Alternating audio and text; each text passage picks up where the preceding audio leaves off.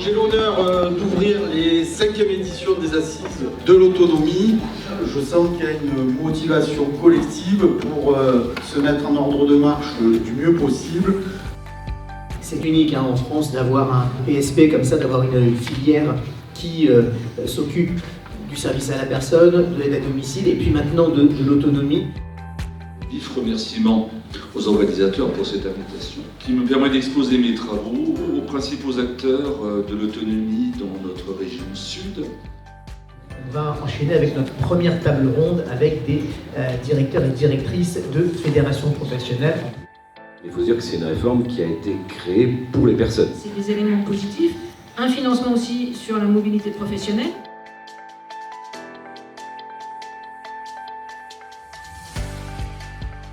Je lance la question, le débat.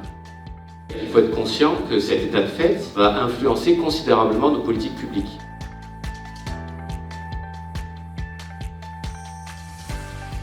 Il faut essayer d'atteindre cet objectif, mais il n'est pas facile à atteindre. L'identité de l'entreprise, qui est-ce qu'elle fait, quel est son secteur d'activité, quelles sont ses valeurs.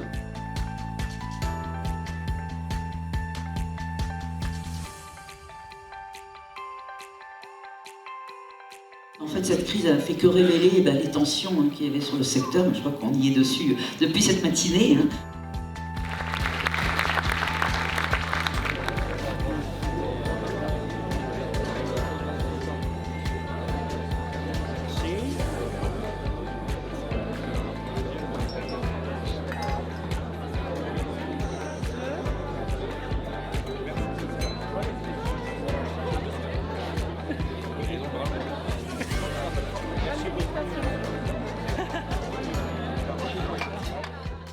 On est un organisme de formation, on existe depuis 2009 et on forme essentiellement des assistantes de vie aux familles, des auxiliaires de vie, sur des DEAES et sur des modules de formation autour du domicile, de la bientraitance. Voilà. ArchMC2, éditeur de logiciels sur tout ce qui tourne autour du domicile. On informatise des services d'autonomie, des EHPAD, des HAD, des résidences-services, résidences autonomie, mais également toute la partie département.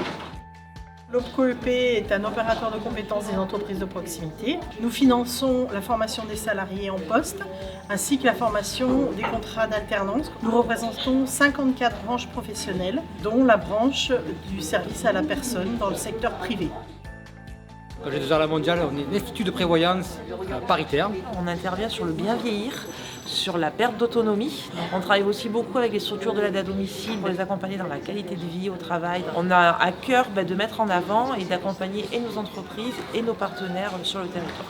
Je propose des rendez-vous de la téléassistance qui sont en premier lieu des rendez-vous collectifs d'information, de prévention et de sensibilisation sur le risque du domicile et des chutes à domicile. Et ensuite, on a une deuxième phase d'accompagnement individuel pour y contribuer à leur protection à domicile. Depuis plusieurs années, nous proposons nos services informatiques auprès des entreprises, auprès des associations, auprès des administrations. Et nous proposons également tout ce qui est partie téléphonie. Nous faisons également la dématérialisation des documents. Et depuis peu, nous proposons tout ce qui est vidéosurveillance, donc tout ce qui est sous IP. Nous, on est la société eBiody. On est la filiale d'Aminogramme qui fabrique des impédancemètres professionnels qui permettent d'analyser la composition corporelle. Donc l'intérêt aujourd'hui dans le secteur de la silver economy, c'est de pouvoir dépister la dénutrition très facilement, de manière indolore, en 10 secondes, et tout ce qui va être associé à la fonte musculaire et à la sarcopénie. L'organisation des shifters, qui est en lien avec le Shift Project, et dont l'un des objectifs est la décarbonation. On a amené un outil qui leur permet de décarboner leur activité au travers de 6 fiches.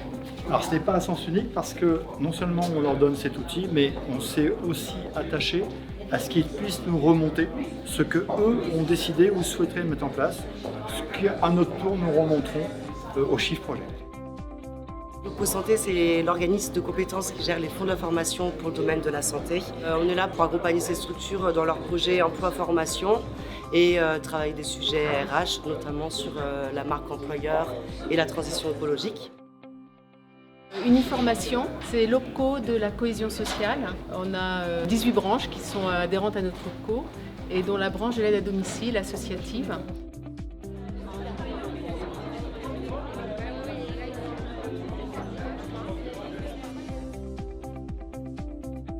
À force d'entendre le sujet « il faut inventer l'EHPAD de demain », c'était une bonne option. On s'y est parfaitement embarqué parce que ça permettait d'accompagner le maintien à domicile des personnes âgées.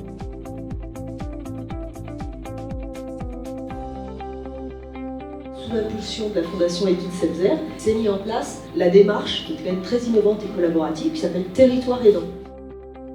À vous aussi de repenser comment attirer des personnes qui aient envie de travailler dans votre secteur d'activité. Ce qu'on propose aujourd'hui, c'est ce qu'on appelle le partage de CV, c'est de favoriser l'emploi sur un territoire.